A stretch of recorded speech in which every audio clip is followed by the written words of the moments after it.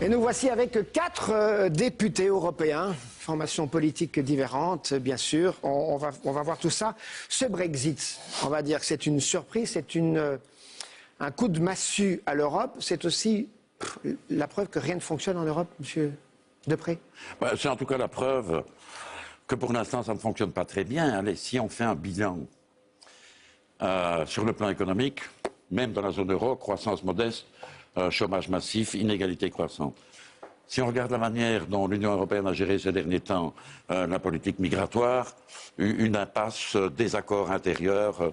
Donc très objectivement, on ne peut pas dire que pour l'instant les opinions publiques, pas seulement en Grande-Bretagne, mais les opinions publiques d'une manière générale, soient enchantées par les performances de l'Union européenne. C'est un des constats que tout le monde partage. Absolument, absolument. Je veux dire, quand vous avez une Union européenne qui essaye de forcer des traités commerciaux dont personne ne veut, forcer du glyphosate dont personne ne veut, forcer des OGM dont personne ne veut, etc., je peux comprendre qu'un certain nombre de citoyens se révolte. Ceci étant, au Royaume-Uni, il y a une dimension supplémentaire qui est cette insularité et aussi une série d'éléments complètement mensongers qui ont été propagés sur l'Union européenne. Je veux dire, je rappelle quand même, quand on dit oui, ce sont des bureaucrates non élus qui décident, je rappelle que les députés européens sont élus par les mêmes citoyens qui élisent les députés nationaux et que nos co-législateurs, à savoir les gouvernements de l'Union, sont élus. Et donc, en réalité, ceux qui décident sont élus. Alors, parfois, ils se cachent derrière les institutions ou ils se cachent derrière les fonctionnaires pour ne pas avoir à assumer politiquement ce qu'ils décident. Mais je rappelle que ce sont des élus qui décident. Et ce qu'une majorité peut faire, une autre majorité peut faire différemment. Monsieur Rolin, est-ce que c'est un peu ça? C'est la faute à l'Europe quand ça ne veut pas, quand ça ne marche pas. C'est l'État-nation qui décide quand tout va bien. Il y a une Europe qui est j'allais dire, bouc émissaire. Oui, clairement. Et il faut changer ça. Oui, il faut changer, mais il faut aussi que l'ensemble du monde politique et des responsables politiques prennent leurs responsabilités. Le discours hypocrite où sans arrêt, c'est l'Europe qui est visée comme étant celle qui ne fait pas ce qu'il faut faire, doit cesser. Mais on a aussi Vous en êtes les principaux coupables? On en est aussi les coupables, mais c'est surtout les politiques nationaux. Quand on reste dans des logiques de politique nationale, simplement sans vouloir voir l'intérêt global. Et on a vu ça veut dire qu'il n'y a pas de connexion entre les députés européens et leurs partis nationaux. Il n'y a pas assez de connexion. Il n'y a pas assez de connexion. Il faudrait plus de connexion. Mais surtout, il faut arrêter d'avoir des discours mensongers.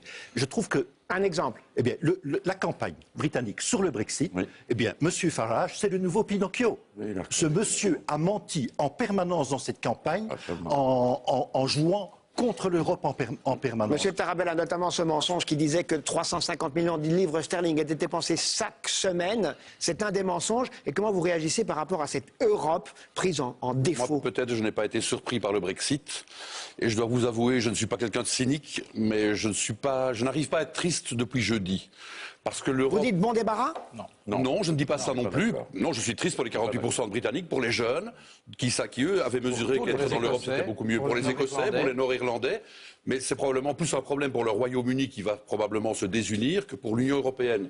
Et moi, j'y vois une opportunité, à condition que les dirigeants européens, c'est-à-dire une poignée de chefs de gouvernement, disent effectivement, on fait le constat que l'Europe dans laquelle nous allons, il n'y a plus d'espoir. Donc il faut relancer la machine. Plus d'espoir. Plus d'espoir parce qu'on ne donne pas d'espoir à la jeunesse. On a brimé toute une série de politiques industrielles qu'on abandonne. L'agriculture, on est les seuls à ne pas avoir une stratégie agricole au niveau mondial. On a une stratégie qui est pro agro-business. D'accord, mais on ne protège pas le revenu des agriculteurs comme le font les Américains par exemple. On doit donner un espoir. Alors que les défis sont là. Les défis sont là, que ce soit la transition énergétique. Monsieur Deprez. Et donc clairement, aujourd'hui, il faut se ressaisir et pas attendre 2 ans, s'il vous plaît. Il faut que ça se fasse au plus vite. Il faut aller vite, là, parce que est-ce qu'on est certain qu'ils vont vraiment sortir? Je veux faire une réflexion, quand même. Nous devons faire attention au langage que nous utilisons. On dit cette Europe qui fait ceci, cette Europe qui rate ça, cette Europe qui ne fait pas... C'est pas vrai, ce sont les gouvernements nationaux dans l'Europe qui prennent les décisions. Et le Parlement européen. C'est pas seulement ça que je veux dire. Je veux dire que quand vous avez un différend en Belgique, on dit il faut changer de gouvernement ou changer de politique. Ici, on dit on ne veut pas de cette Europe-là. Et il y a tellement de gens qui disent on ne veut pas de cette Europe-là. Philippe, toi, tu la critiques tout le temps. Je ne dis pas que tu as raison. Philippe Lambert. Je critique les politiques qui sont menées on utilise en Europe. Je ne critique pas l'Europe, je suis un partisan résolu de l'intégration européenne. Mais on utilise trop souvent la formule « cette Europe-là, nous n'en voulons pas ». Alors le citoyen, qu'est-ce qu'il dit? Je ne veux pas de cette Europe-là non plus. Je ne veux pas de cette politique. Quand vous le sollicitez à un certain moment sur un référendum pour ou contre l'Europe, il dit « cette Europe-là, je n'en veux pas ». Alors il dit, faut faire campagne Philippe Lamberts pour vous dit, politique européenne. Philippe Lamberts vous dit, sur le concept d'Europe. vous dites cette Europe-là, ça ne va pas, il faut arrêter avec ça, et il vous dit je ne veux pas cette politique. Monsieur Rolin, il faut changer et la politique et l'Europe, il faut changer les structures, il faut changer les centres de décision, il faut faire quoi? Il y a deux éléments qu'il faut. Quelle Europe demain? D'une part, il faut modifier le contenant. Nous avons des structures européennes, nous avançons vers une construction européenne. Aujourd'hui, on est quelque part à mi-parcours, il faut aller plus loin. C'est-à-dire avoir plus de fédéralisme européen, avec une réelle démocratie européenne qui veut dire une place plus importante pour le Parlement européen. Ça, c'est le bocal en quelque sorte. Et plus de budget? Mais, c'est pas plus de budget, il faut un budget européen. Il n'y a pas de budget européen. 1% du PIB européen, c'est ridicule, ce n'est pas Guy Verhofstadt voulait un gouvernement européen avec un vrai budget. Et je suis tout à fait d'accord avec M. Verhofstadt en la matière. Il faut se concentrer sur les valeurs. Il faut aussi modifier le contenu. Modifier le contenu, c'est modifier les politiques qui sont mises en œuvre. Laquelle? On ne peut pas rendre les citoyens en adéquation, en amour quelque part avec l'Union européenne, si cette Union européenne se présente sans arrêt comme une Europe sanction et pas comme une Europe qui montre des projets positifs. Une Europe de l'austérité? Est-ce que par exemple dire aux États 3% de déficit public et pas plus, est-ce que c'est une responsabilité d'une Europe qui ne fonctionne pas, dont par exemple le Brexit? C'est qui empêche l'investissement public. Aujourd'hui, le tram à Liège, donc le tram dans n'importe quelle ville d'Europe pour la mobilité, pour les problèmes de mobilité, c'est évidemment un investissement intelligent. Eh bien, c'est rendu difficilement faisable à cause de règles européennes trop strictes à l'égard notamment des pouvoirs locaux et régionaux qui sont responsables de 11% d'endettement européen alors qu'elles génèrent 60% de l'investissement public. Et donc, clairement, il y a ça qui est on étrangle les initiatives. La plupart des économies sérieux disent aujourd'hui que ces règles des 3% et des 60% n'ont absolument aucun sens. Donc les 3% de déficit public et les 60%. Les déficits et limiter la dette à 60% du PIB. Tous les économistes sérieux, un petit peu, qui ne sont pas idéologiques, qui ne sont pas religieux sur ces matières-là, disent c'est un non-sens. Or, ces règles, on les a rafraîchies il y a quelques années et il s'est trouvé une majorité pour les confirmer. Donc, ce qu'une majorité a fait, une autre majorité peut changer. Et je voudrais qu'on ne commette pas l'erreur de se dire il suffit de faire un petit peu de tuyauterie institutionnelle à la belge et nos citoyens seront heureux. Non, il faut aller plus loin que ça. Vous pouvez faire d'autres institutions si on continue avec les mêmes politiques, si on continue avec le TTIP, le CETA, les traités commerciaux. Si vous continuez à vouloir imposer aux gens ce dont ils ne veulent pas, vous savez, même avec un autre setting institutionnel, les gens n'apprécieront pas. Pardonne-moi, Philippe. Le TTIP n'a joué aucun rôle dans la campagne. Non, mais par contre, dans l'euroscepticisme sur le continent, il joue un rôle massif. Le TTIP, pour nos téléspectateurs, c'est un traité commercial avec les États-Unis notamment, dont on ne parle pas, j'allais dire, dans la campagne, mais qui va influencer les relations Europe-États-Unis. Je pense qu'il faut avoir aussi le courage d'analyser les raisons pour lesquelles les Britanniques, une partie importante des Britanniques ont voté non. Ils ont avancé finalement 3 raisons. Les migrants. Westminster, notre Parlement n'a plus rien à dire, on est dépossédé au profit de la bureaucratie. C'est dans la tête des gens. On n'est pas revenu à leur mettre ça dans la tête des gens. Mais c'est pas vrai. En fait, mais non, ce n'est pas vrai. Non. Parce qu'il n'y a aucune décision qui est prise au niveau européen sans l'accord des gouvernements des États membres. Exactement. Et les Britanniques ont approuvé, les gouvernements britanniques. Ça veut dire, Monsieur Deprez, que quand un gouvernement européen dit pour se justifier dans sa politique, dit que c'est la faute à l'Europe, il commet une erreur. Un mensonge. Un mensonge. Donc vous visez les gouvernements nationaux. Mais évidemment, ils jettent la responsabilité. Y compris le Belge. Mais bien sûr, ils siègent autour de la table. Ils siègent autour de la table. Tout le monde est à Bruxelles. Tout le monde est à Bruxelles. Tout le monde est à Bruxelles et dans la même rue. Donc ça veut dire que c'est la rue de la loi. Oui, peu importe. Le gouvernement belge Je termine. Il y a 2 autres problèmes auxquels nous devons nous attaquer. Il y a le problème de l'immigration. Très objectivement, vous vous rendez compte qu'en Grande-Bretagne, l'immigration a joué un rôle majeur. Oui, c'est vrai. Et objectivement, l'image que nous donnons maintenant comme Union européenne, les politiques que nous pratiquons, on ne sait pas les pratiquer parce qu'il n'y a pas d'accord et on n'a pas de vraie politique. Donc il faut qu'on mette d'urgence sur pied une politique de gestion migratoire. Soit dit en passant, c'était l'immigration européenne. Oui, c'était les Polonais, c'était les Bulgares. Et le troisième point. J'y arrive parce qu'il y a aussi un problème de l'immigration interne à l'Union européenne. Le la mouvement. directive détachement des travailleurs. Si vous faites un référendum maintenant chez les gens du secteur de la construction, du nettoyage ou ailleurs, ils sont tous contre l'Union. Le dumping social. Absolument. C'est quand même la droite européenne dont vous faites partie qui vote cette direction, qui désorganise le marché du travail, qui organise le dumping social. Et donc, j'aime beaucoup votre discours, mais il faudrait que quand on va revoir cette directive, on fasse en sorte que l'on rétablisse un marché intérieur du travail qui soit respectueux des lois sociales de chaque État membre. Oui. Absolument. J'espère que vous serez à nos côtés. Eh bien, j'ai toujours fait la même chose. Si vous avez regardé les votes, je peux vous le confirmer. Donc il ne faut pas m'attaquer ici. Donc vous êtes isolé dans votre sur groupe. lesquelles je ne mérite pas d'être attaqué. Et dernier élément, il y a le problème de la caisse. On a laissé accréditer la presse populaire l'idée que les Britanniques mettent de l'argent pour rien dans la caisse européenne. Et donc, moi, je pense que les priorités que nous devons avoir maintenant, c'est trois choses. La première, il faut sécuriser les Européens. Les Européens ont peur qu'on aime ou qu'on n'aime pas, que ce soit fondé ou pas, d'une immigration incontrôlée. On ne contrôle plus notre environnement. Donc Schengen, les frontières, un Les contrôle. frontières et une politique migratoire responsable et sérieuse. Gérer le problème migratoire. Et humaine peut-être, oui. Et humaine, mais je veux dire, quand seul un État en Europe, l'Allemagne accueille des réfugiés et tous les autres disent portes fermées, ce n'est pas les valeurs de l'Union européenne. On ne monopolise pas la parole. Monsieur Rollin. Ce qui est essentiel aujourd'hui, parce que quelque part, le lait est renversé. Une décision démocratique a été prise, je la regrette. Maintenant, il faut tout faire pour en faire une opportunité pour relancer le projet européen, pour casser les discours de l'extrême droite et des nationalistes. Mais sur quoi comme priorité? Il parlait de la migration. C'est une des priorités, quoi d'autre? Les priorités, c'est d'abord relancer l'économie. Relancer l'économie pour l'emploi et faire en sorte, le paquet qui était complètement oublié dans les dernières années en termes de politique européenne, c'est le paquet social. C'est d'avoir une réponse sociale par rapport aux problèmes que les gens vivent, en termes de sécurité sociale, en termes de soins de santé, en termes de protection contre le chômage. Parce que les gens ne voient pas de résultats concrets. Mais tout à fait. Ils en voient, mais ils voient des résultats qui vont dans l'autre sens. Ils voient le négatif. Ils ne sont pas bons. Ils voient flexibiliser Les résultats le marché sont du mauvais. travail. On a des politiques européennes qui imposent la flexibilisation systématique du marché du travail. Regardez la loi El Khomri en France. En fait, on a des politiques européennes. La loi El Khomri n'a rien à voir avec l'Europe. Bien sûr que si, parce qu'elle applique la direction idéologique généralisée de flexibilisation du marché du travail et donc de mise en compétition des travailleurs les uns avec les Je autres. partage ce que dit Claude Rollin par rapport à l'Europe sociale et son avènement, mais elle ne pourra être possible que s'il y a une harmonisation fiscale, et ça notamment les Britanniques n'en ont jamais voulu, et d'autres. Et puis il y a aussi quelque chose d'important, c'est le recentrage sur les valeurs. Aujourd'hui, la Hongrie de M. Orbán n'a plus sa place dans l'Union européenne. Il vote des lois anti-européennes et il y a un comportement amorphe des chefs d'État et de gouvernement, du Parti populaire européen qui a M. Orbán en son sein et qui ne veut pas le punir. Les socialistes et démocrates, nous avons M. Fico, le leader slovaque, c'est pas mieux. Donc à un moment donné... Donc vous voulez sortir la Hongrie de l'Europe? C'est quasi impossible dans les traités actuels. La question n'est pas de sortir un pays, c'est de il y a des donner valeurs un européennes. signal fort que quand on transgresse les valeurs européennes, Voilà. on est sanctionné, on commence à être mis sous examen. Aujourd'hui, il y a une impunité totale. Donc les chefs d'État et de gouvernement font ce qu'ils veulent, en contravention avec les règles européennes et ne sont pas sanctionnés. Et comment on change ça?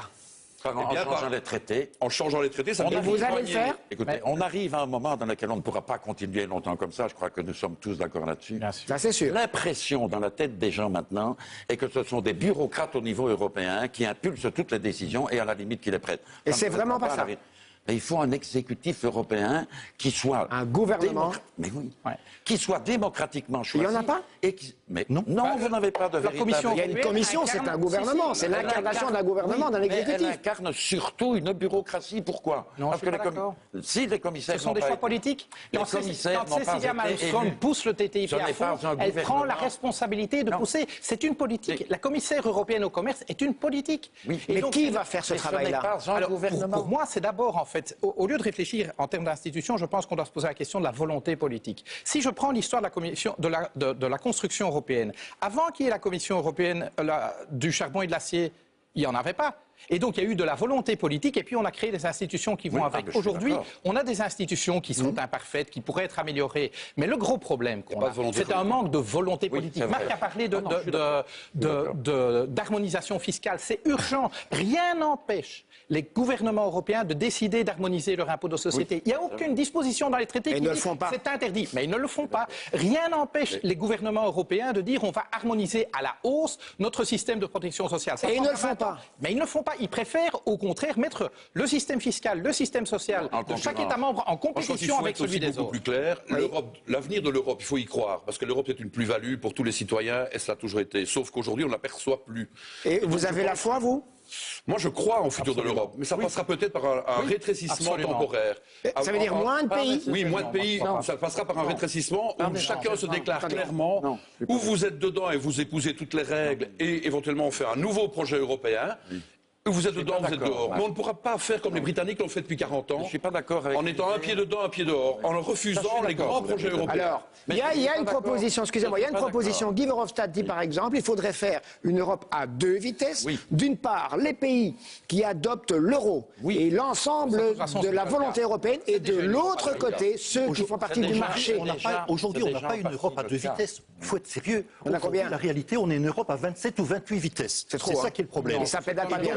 Mais allez, je vais dire, il y a des exceptions sur plein de législations. Ça ne fonctionne pas comme ça. Et donc, pour le minimum, il faut un espace démocratique et de gouvernance au niveau de la zone euro. Donc, et un gouvernement doté d'un budget. Que ceux qui veulent avancer dans plus d'intégration européenne ne soient pas freinés par ceux qui refusent l'intégration européenne. Alors moi, je m'interroge. J'ai lu un haut fonctionnaire européen, il s'appelle Pascal Lamy, je pense que tout le monde connaît ce monsieur, qui a dit « Il ne va rien se passer sur l'approfondissement de l'Union européenne économique et monétaire, car cela nécessiterait de malaxer, je cite, les politiques intérieures. Or, Angela Merkel et François Hollande sont à l'aube d'échéances électorales. Il ne se passera donc rien. » Je pense que c'est en effet qu'il y a- probable. Il y a un petit problème de calendrier. C'est vrai que quand vous êtes... Un léger problème, alors, hein, monsieur Depré. Mais le problème Tout petit n'est pas problème. maintenant de prendre des décisions historiques en un mois. Le problème, c'est de lancer une mécanique. Et la mécanique, à mon avis, doit aller dans une double direction. C'est pour ça que j'ai réagi contre ce que Il faut une disait convention, il faut faire un machin qui va gérer l'avenir. Je ne sais pas quelle est véritablement la formule, mais ce qui est sûr pour moi,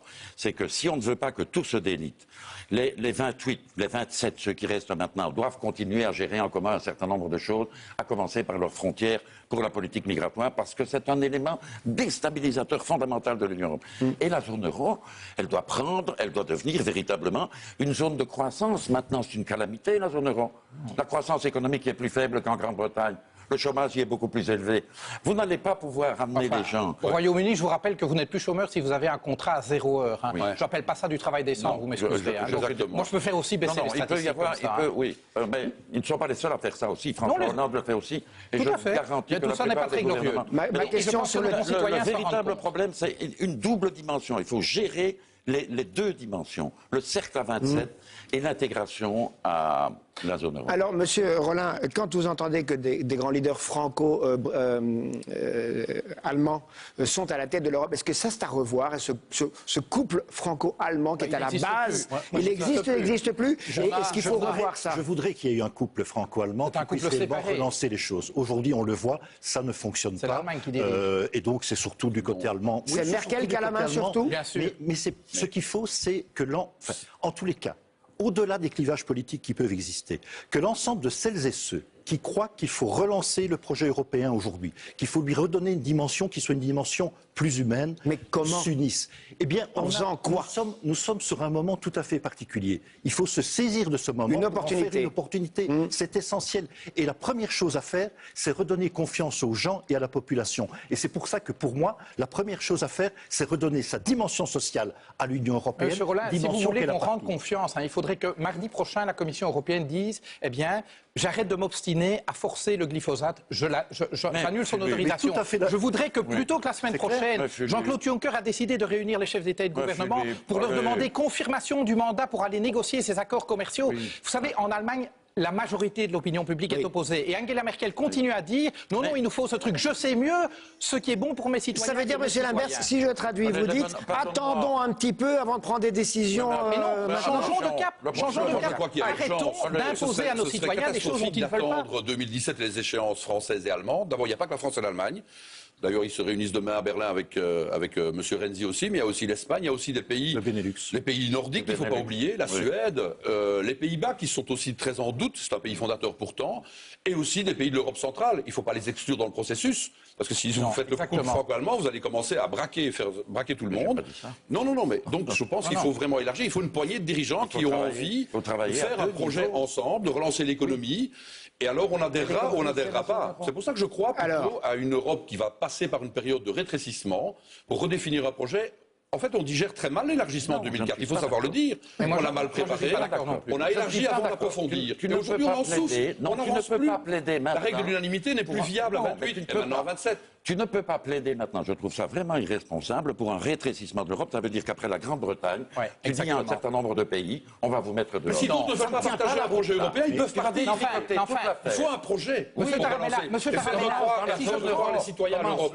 Aujourd'hui, il y a un désamour qui va devenir détestation si on ne change pas de cap. Tout à fait. Mais monsieur Tarabella, est-ce que vous vous rendez compte que, par exemple, vous appelez comme moi de vos voeux une union fiscale? Les Pays-Bas n'en veulent à aucun prix. C'est un des 6 fondateurs. Vous allez dire aux Pays-Bas, cassez-vous, on va continuer. Et Wilders, donc la droite populiste, ajoute « Je veux faire un référendum, je veux quitter l'Europe ». Alors, Cameron a ouvert une boîte de Pandore qui n'a pas se fermer, et ça arrive. S'il n'y a pas de changement de cap, on va atterrir. Ça va faire tache d'huile.